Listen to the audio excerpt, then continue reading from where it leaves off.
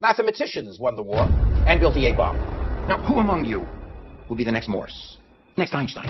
For years we've been trying to solve the equation without changing the underlying assumption about time. A singularity. A space-time singularity. So the universe born from a black hole exploding. Keep going, develop the mathematics. It's recursive, it's nonsensical. Your theorem is wrong. A difficult theory can be like a symphony. It's very erotic. Can't be done, I'm telling you. Especially not by you. Just as Mozart could hear an entire symphony in his head, you dance with numbers to infinity. So what next? Prove it. Prove. One simple, elegant equation.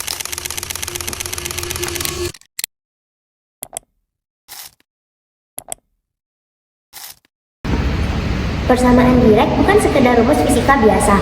Ia adalah buah dari sebuah pencarian yang didorong oleh kepercayaan mendalam pada keindahan matematika. Kisahnya dimulai pada akhir tahun 1920-an, sebuah era revolusioner dalam dunia fisika kuantum. Pada saat itu, dua pilar fisika modern telah berdiri. Yang pertama, mekanika kuantum, dirumuskan dalam bentuk persamaan Schrödinger yang berhasil menjelaskan perilaku partikel non-relativistik, partikel yang bergerak jauh lebih lambat dari cahaya. Yang kedua, relativitas khusus Einstein yang menyatakan bahwa hukum fisika harus sama untuk semua pengamat yang bergerak dalam kerangka acuan inersia dan kecepatan cahaya adalah konstanta mutlak. Masalah besarnya adalah persamaan Schrödinger ini nggak sesuai nih dengan relativitas khusus. Ia adalah persamaan yang tidak relativistik gitu. Ini berarti ia tidak dapat secara akurat menggambarkan partikel yang bergerak dengan kecepatan sangat tinggi, mendekati kecepatan cahaya seperti elektron dalam atom berat. Beberapa fisikawan seperti Klein, Gordon, dan lainnya itu telah mencoba merumuskan persamaan gelombang yang lebih relativistik. Hasilnya apa? Hasilnya adalah apa yang kita kenal sebagai persamaan Klein-Gordon. Namun, persamaan ini tuh memiliki masalah serius. Yang pertama itu, ia memprediksi probabilitas yang bisa bernilai negatif. Yang secara fisik nggak masuk akal nih, probabilitas itu kan harusnya antara 0 dan 1 ya. Terus yang kedua itu, ia memiliki solusi dengan energi negatif, yang juga itu membingungkan. Masuklah Paul Adrien Maurice Dirac, seorang fisikawan teoritis muda yang dikenal dengan ketepatannya dan keyakinannya yang hampir mistis pada keindahan matematika. Bagi Dirac, hukum alam harus memiliki keindahan matematis. Ia tidak puas dengan persamaan Klein-Gordon karena dianggapnya tidak indah dan bermasalah. Tujuannya sederhana, namun ambisius, yaitu merumuskan persamaan gelombang relativistik yang konsisten secara matematis dan hanya memiliki solusi dengan probabilitas positif. Dirac menyadari bahwa akar masalah persamaan Klein-Gordon terletak pada urutan turunan. Persamaan Schrödinger linear terhadap turunan waktu, tetapi persamaan Klein-Gordon memiliki turunan orde kedua terhadap ruang dan waktu. Ini menghasilkan solusi energi negatif. Dirac menghadapi teka-teki matematika yang rumit daripada mengakarkan persamaan energi relativistik yang pada akhirnya menghasilkan bentuk yang tidak fisikal. Ia lebih memilih untuk membuat persamaan yang secara intrinsik sudah linear. Dirac berasumsi bahwa persamaan gelombang yang dicari itu harus linear terhadap turunan waktu dan juga turunan ruang. Schrödinger equation atau persamaan Schrödinger itu dimulai dengan teori klasik yaitu energi dan momentum, sehingga bisa kita tuliskan bahwa P kuadrat per 2M itu dijumlah dengan P sama dengan E. Nah, dalam kuantum itu bisa kita tuliskan bahwa P itu setara dengan minus I habar dikali dengan nabla, terus energi itu bisa kita tuliskan menjadi I habar dikali dengan parsial per parsial P. Nah, kemudian kita masukkan ke operator wave function atau persamaan gelombang, bisa kita peroleh menjadi minus habar kuadrat per 2M dikali dengan nabla kuadrat dikali C ditambah dengan P dikali dengan C, itu akan sama dengan I habar dikali dengan parsial C dibagi dengan parsial P. Ini namanya adalah persamaan Schrödinger atau adalah Schrödinger equation. Dan kemudian terdapat persamaan yang namanya Klein-Gordon, itu menyatakan bahwa sama dengan energi momentum relativistik, dengan menyatakan bahwa E kuadrat itu minus P kuadrat dikali dengan C kuadrat itu akan sama dengan M kuadrat dikali dengan C pangkat 4. Itu berdasarkan persamaan Klein-Gordon. Nah, kemudian bisa kita tuliskan bahwa P mu minus M kuadrat dikali C kuadrat itu akan bernilai 0.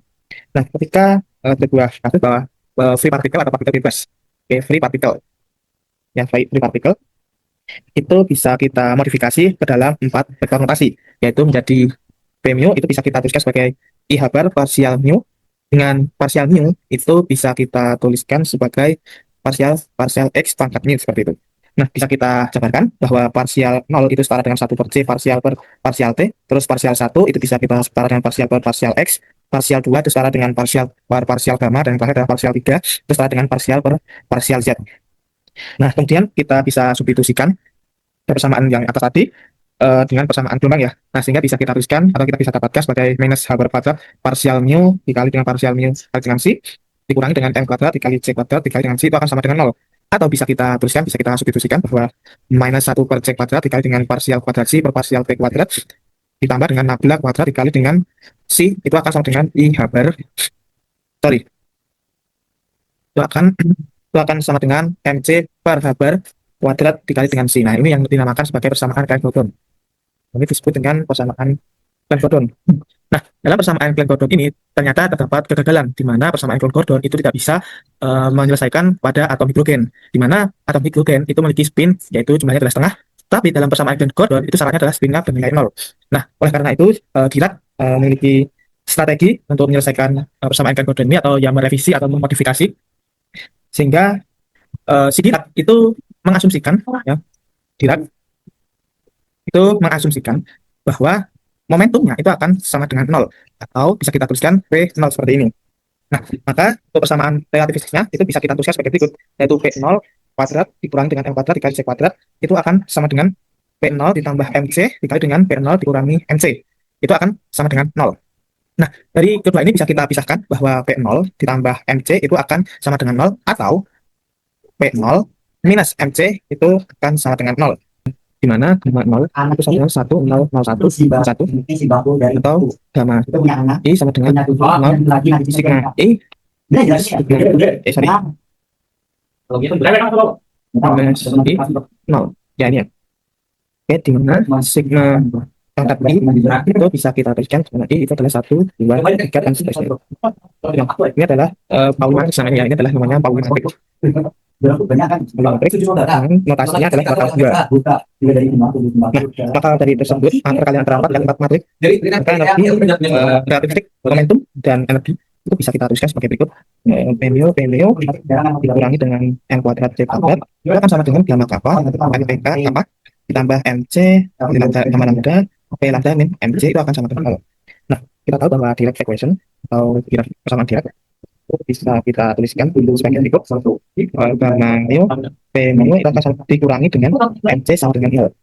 Nah, kita tahu bahwa tadi ada kuantum bahwa P mu itu adalah sama dengan I H bar parsial mu kan. Nah, sehingga I H bar parsial I H bar gamma mu parsial mu dikali dengan I dikurangi dengan MC ya, sorry. MC dikali dengan C itu sama dengan nah ini dinamakan dengan Dirac equation atau persamaan Dirac. Dari sini Dirac menyadari bahwa solusinya terletak pada struktur matematika yang lebih dalam. Ia menemukan bahwa persyaratan aljabar yang harus dipenuhi bukan sekedar bilangan biasa, melainkan matriks bentuk 4x4. Inilah momen di mana mekanika kuantum dan relativitas bersatu dengan sempurna. Dari usaha untuk menyatukan mekanika kuantum dan relativitas khusus, lahirlah persamaan Dirac. Persamaan yang bukan cuma menyelesaikan masalah lama, tapi juga membuka babak baru dalam fisika modern. Persamaan ini memasukkan konsep spin dan memprediksi keberadaan antimateri sebelum ditemukan secara eksperimen. Hingga akhirnya, prediksi ini terbukti benar saat Carl Anderson menemukan positron. Sejak saat itu, persamaan Dirac diakui sebagai pencapaian terbesar di abad ke-20 dan juga menjadi dasar teori medan kuantum dan model standar yang menjelaskan tentang partikel serta interaksi dasarnya. Hingga saat ini, persamaan Dirac menjadi tonggak penting dalam fisika yang menandai langkah besar manusia dalam memahami bagaimana alam semesta bekerja.